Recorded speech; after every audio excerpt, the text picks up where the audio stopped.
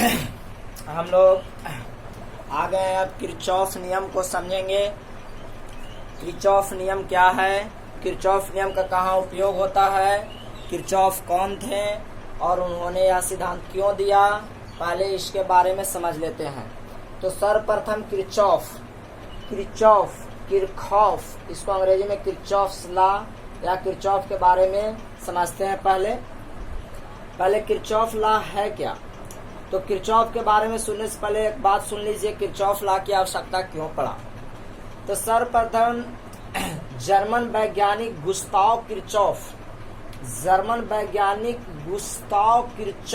German के भौतिक वैज्ञानिक थे जिनका नाम था गुस्ताव किरचॉफ ने 1845 ईस्वी में विद्युत परिपथ में होने वाली परेशानियों से बचने के लिए, देखिए विद्युत परिपथ में होने वाली परेशानियां, जैसे विद्युत परिपथ में कितना धारा जा रहा है, कितना वोल्टता आ रहा है, कितना विभवांतर है, कितना प्रतिरोध है, इन सब का सही आकलन करने के लिए, ठीक है, इससे बचने के लिए दो नियम दिया जिसे किरचॉफ सर्किट लॉ, जिन्हें किरचॉफ का परिपथ नियम भी कहा जाता है। इस नियम का उपयोग कर परिपथ में धारा, विभवांतर, प्रतिरोध का सही आकलन होता है। पहले अब हमारी बात को सुने, किरचॉफ कौन थे। तो जर्मन के एक भौतिक वैज्ञानिक थे जिनका नाम गुस्ताव किरचॉफ था। उन्होंने सन 1845 ईस्वी में विद्युत परिपथ में, धारा से तो ओम का नियम था, विद्युत परिपथ में होने वाली परेशानियों से निजात पाने के लिए दो नियम दिया था जिन्हें किरचॉफ का सर्किट लॉ, किरचॉफ का परिपथ नियम कहा जाता है। कई नियम दिए थे किरचॉफ ने, दो नियम दिया था। कितना नियम किरचॉफ ने दिया था, दो नियम दिया था, ठीक है। किरचॉफ नियम का उपयोग कर परिपथ में धारा, विभवांतर, प्रतिरोध का सही आकलन होता है। शेटर आपके लिए तैयार रहेगा।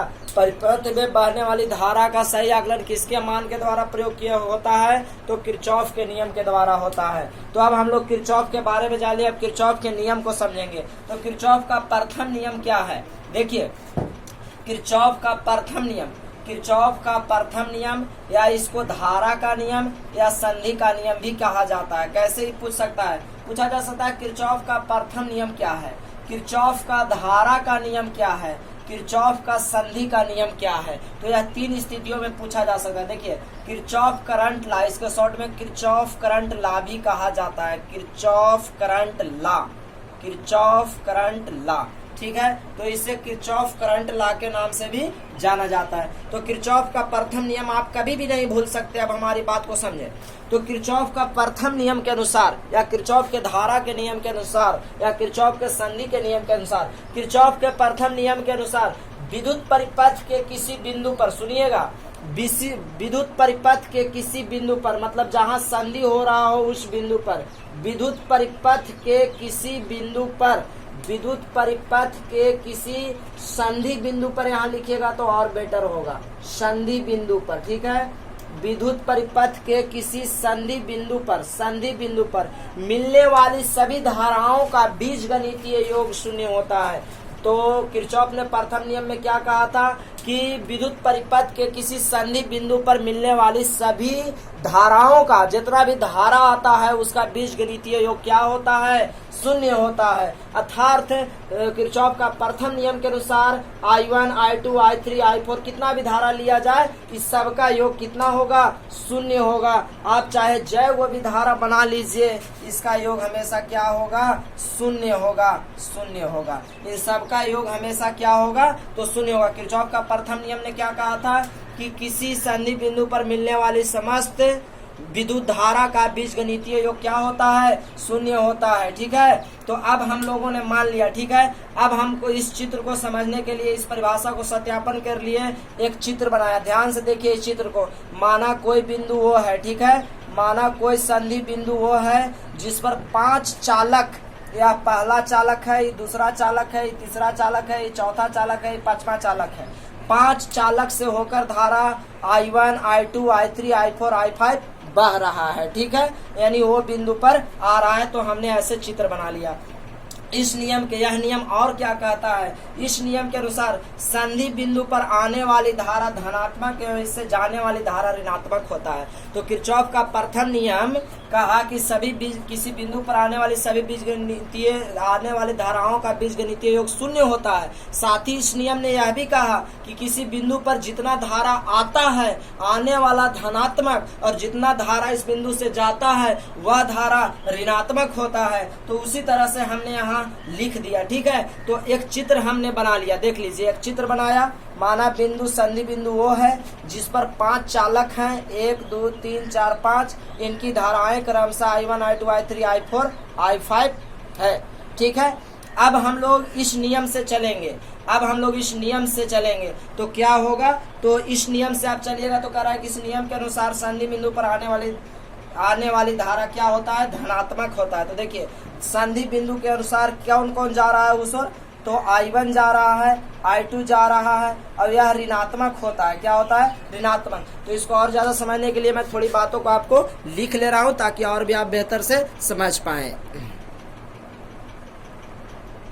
तो हमने इस नियम को समझने के लिए क्या किया, देखिए यह चित्र था तो हमने वहां लिखा, ध्यान पूर्वक आप जरूर इसको देखें। तो इतना परिभाषा तो हमको पहले वाला ही है, हमने मिटा करके यह लिखा।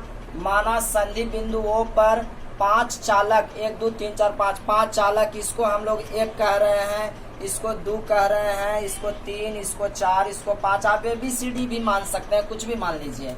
5 चालक 1 2 3 4 5 से प्रवाहित धारा क्रमशः I1 I2 I3 I4 और I5 है। इनसे प्रवाहित धारा क्या है, I1 I2 I3 I5। यह सब धारा कहाँ से जुड़े हैं, संधि बिंदु O से जुड़े हैं, ठीक है। तो देखिए इस नियम से, इस नियम ने क्या कहा, इस नियम के अनुसार संधि बिंदु पर आने वाली धारा धनात्मक एवं इससे जाने वाली धारा ऋणात्मक होता है। तो देखिए यहाँ I1 आ रहा है, I2 भी आ रहा है, I3 जा रहा है, I4 जा रहा है, I5 जा रहा है। तो ठीक है, तो आने वाला को धनात्मक मानेंगे तो I1 होगा, प्लस में I2 होगा और माइनस में क्या होगा, देखिए माइनस में होगा I3 और माइनस में क्या होगा I4 और माइनस में क्या होगा I5। और इन सब का योग क्या होता है, इन सब का योग मतलब इस सबको जोड़ेंगे तो क्या होगा, अरे भाई जोड़ेंगे तो यहाँ plus minus minus plus minus minus plus minus minus से होगा। इन सब का योग क्या होता है, शून्य। यह नियम कहता है, बोलिए ना, यहाँ हम लोग जोड़ेंगे तो इस नियम के अनुसार आप नहीं समझ पा रहे हैं, यह धनात्मक रखेंगे, यह भी धनात्मक। जैसे इसको हम लोग देखिए I1 I2 रख लिया, I1 I2 धनात्मक रखेंगे क्योंकि आ रहा है। तो अब हम इसको I3 के रखेंगे -3 माइनस I4 के भी रखेंगे -I4 और इसको भी रखेंगे -I5 क्योंकि यह इन सब से दूर जा रहा है।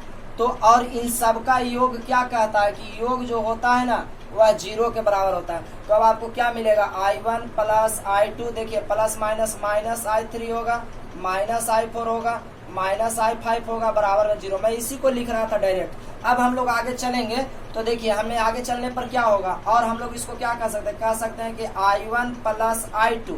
ध्यान दीजिएगा, अगर हम बराबर करें तो देखिए तो यह उधर जाकर के क्या होगा, प्लस में होगा, यह भी क्या होगा, प्लस में होगा और यह भी क्या होगा, प्लस में होगा। तो ये हम कह सकते हैं कि आने वाली धारा है, क्या, ये आने वाली कुल धारा, आने वाली कुल धारा, देखिए आने वाली कुल धारा, ठीक है। और यह जाने वाली कुल धारा, जाने वाली कुल धारा का योग, यह आने वाली कुल धारा का योग यहाँ है, कुल धारा का योग, ठीक है। और यह जाने वाली कुल धारा का योग आपस में क्या है, बराबर है। तो यह नियम इससे भी निकलता है कि अगर हम किरचॉफ के प्रथम नियम से चलेंगे तो आने वाली कुल धारा का योग और जाने वाली कुल धारा का योग आपस में क्या होता है, बराबर होता है। तो किरचॉफ का नियम यह भी कहता है कि किसी बिंदु पर आने वाली कुल धारा का योग और उस बिंदु से जाने वाली कुल धारा का बीजगणितीय योग क्या होता है, आपस में बराबर होता है। और किसी बिंदु पर आने वाली समस्त धारा का बीजगणितीय योग क्या होता है, सुनिए। अब इन सबको इधर आप लाइए तो बराबर में क्या हो जाएगा, जीरो हो जाएगा। देख लीजिए इधर आएगा तो ये प्लस में और एक सब क्या होगा माइनस में, और यहाँ क्या होगा जीरो होगा। इस तरह से किरचॉफ का प्रथम नियम साबित हो जाता है। तो आप लोग आशा करते हैं कि किरचॉफ के प्रथम नियम को जरूर समझ पाए होंगे। सिंपल है और इसको आप हल कर सकते हैं। तो ठीक है, तो देखिए तो इस तरह से हम लोग ये समझ पाए। अब हम लोग किरचॉफ नियम से क्या निष्कर्ष निकालते हैं, आने वाली कुल धारा का योग और जाने वाली कुल धारा का योग भी हो गया। अगर आपको पता होगा तो ऐसे हम लोग सिग्मा कहते हैं। सिग्मा का मतलब कुल योग होता है, कुल योग हो गया, कुल आई का योग आने वाला, ठीक है, इन कर रहा है ऐसे, और ई आई का योग जाने वाला मतलब आउट हो रहा है। तो आप कहीं भी छोड़ सकते हैं, नियम आपको यहीं पे कंप्लीट हो जाता है, आपको कहीं जाने की आवश्यकता नहीं है। तो आशा करते हैं आपको किरचॉफ का प्रथम नियम जरूर समझ में आया होगा। अगर आप किरचॉफ का प्रथम नियम समझ पाए हैं तो आप प्लीज लाइक और शेयर जरूर कर दें। मैं इस नियम को एक बार फिर से दोहरा देता हूँ। किरचॉफ का प्रथम नियम कहता है कि किसी बिंदु पर आने वाली समस्त धारा का बीजगणितीय योग शून्य होता है। तो हमने क्या किया था कि I1 + I2 + I3 I4 I5 शून्य बना दिया। अब इसके दूसरे कंडीशन में कहता है कि इस नियम के अनुसार किसी संधि बिंदु पर आने वाली धारा धनात्मक और इससे जाने वाली धारा क्या होता है ऋणात्मक होता है। तो हमने एक चित्र बनाया और चित्र पर 5 चालक रखा है, 1 2 3 4 5, इससे 2 धारा को ले आना और 3 के बाहर किया। अब कयोगों को ला सकते हो, कयोगों को बाहर लिख सकते हैं। अब इस संधि के माना संधि बिंदुओं पर 5 चालक 1 2 3 4 5 से प्रवाहित धारा इतना है। तो इस नियम के अनुसार I1 + I2 तो आने वाला है तो प्लस होगा और एक जाने वाला है तो क्या होगा माइनस होगा, और सबका योग क्या होगा जीरो। तो हमने हल कर दिया तो इस तरह से आ गया, और इसका हम लोग हल करेंगे तो इस तरह से भी आएगा। तो हम लोग कह सकते हैं कि आने वाला धारा का कुल योग जाने वाला कुल धारा का योग के बराबर होता है। इसे भी किरचॉफ का प्रथम नियम कहा जाता है। तो आशा करते हैं आपको किरचॉफ का प्रथम नियम की सभी बातें जरूर समझ में आया होगा। अब किरचॉफ के प्रथम नियम से क्या निष्कर्ष निकलता है से पर भी हम लोग बात कर लेते हैं थोड़ा सा। तो पहले मैं आपको समझा दूं। देखिए किरचॉफ के प्रथम नियम को धारा का नियम भी कहते हैं। इसको क्या कहते हैं धारा का नियम। तो पहला यह धारा का नियम भी होता है। दूसरा में सुनिए, यह बिंदु पर जितना आवेश आया, देखिए जितना आवेश ही आया उतना आवेश चला गया, मतलब जितना धारा आया और जितना धारा चला गया। तो क्या आवेश यहाँ बचा? नहीं, जितना आया उतना चला गया। तो यह भी कहा जा सकता है कि वो बिंदु पर कुल आवेश 0 हो जाता है, अर्थात आवेश संरक्षण के नियम का भी पालन करता है। किरचॉफ का प्रथम नियम आवेश संरक्षण के नियम का भी पालन करता है। तो किरचॉफ का प्रथम नियम में हम लोगों ने कहा कि इसको धारा का आकलन होता है इस नियम से। दूसरा, इसमें आवेश संरक्षण के नियम का भी पालन करता है, और जहां वो होता है वहां पर कुल धारा का मान क्या हो जाता है? शून्य हो जाता है मनोसंधि बिंदु पर। और तीसरा कहता है किरचॉफ का प्रथम नियम खुले अथवा बंद दोनों स्थितियों में लागू होता है। तो मैं इस बात को लिख दे रहा हूँ। आपसे रिक्वेस्ट है कि आप किरचॉफ के प्रथम नियम को जरूर स्टडी करें, आपको 5 नंबर जरूर मिलेगा। ठीक है, तो पहले मैं उसको निष्कर्ष को भी लिख देता हूँ। तो किरचॉफ नियम के प्रथम नियम की विशेषता, किरचॉफ के प्रथम नियम की क्या विशेषता है? तो इस नियम से धारा का आकलन होता है, मतलब इस नियम को धारा का नियम भी कहा जाता है। हमने आपको पहले भी कहा किरचॉफ करंट लॉ इसे कहा जाता है। कुल आवेश संरक्षित रहता है, याद रहे जितना धारा वो पर आया उतना धारा चला गया, इसलिए कुछ आवेश क्या होता है? संरक्षित रहता है। अर्थात संधि बिंदु पर धारा कोष्ठ में आवेश शून्य होता है, अर्थात संधि बिंदु पर धारा मनोआवेश क्या होता है? शून्य होता है। तीसरा, यह खुले और बंद दोनों प्रकार के परिपथों में उपयुक्त होता है। तो आशा करते हैं आपको किरचॉफ का प्रथम नियम जरूर समझ में आया होगा। तो समझ में आया तो प्लीज लाइक करना ना भूलें, हमें आपके लाइक से काफी ज्यादा हिम्मत मिलता है। और यदि हमारे चैनल को सब्सक्राइब न किए तो एक बार जरूर आप सब्सक्राइब कर ले, दोबारा सब्सक्राइब न करें। अब इस चैप्टर से इस वीडियो के माध्यम से मैं आपसे एक और सवाल पूछता हूं, आपको इसका उत्तर जरूर कमेंट बॉक्स में देना है। कहता है किसी संधि बिंदु पर आवेश होता है, संधि बिंदु पर आवेश होता है।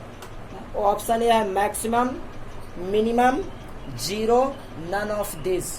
Maximum, minimum, zero, none of this. अधिकतम, न्यूनतम, शून्य, कुछ नहीं। तो आशा है आप हमें अपना उत्तर कमेंट बॉक्स में जरूर देंगे, और हमारे विश्वास अनुसार आपको किरचॉफ का प्रथम नियम जरूर समझ में आया होगा। तो अब हम किरचॉफ के दूसरे नियम के लिए वीडियो भी लेकर पुनः उपस्थित होंगे। तब तक के लिए नमस्कार, पढ़ते रहिए। जय हिंद।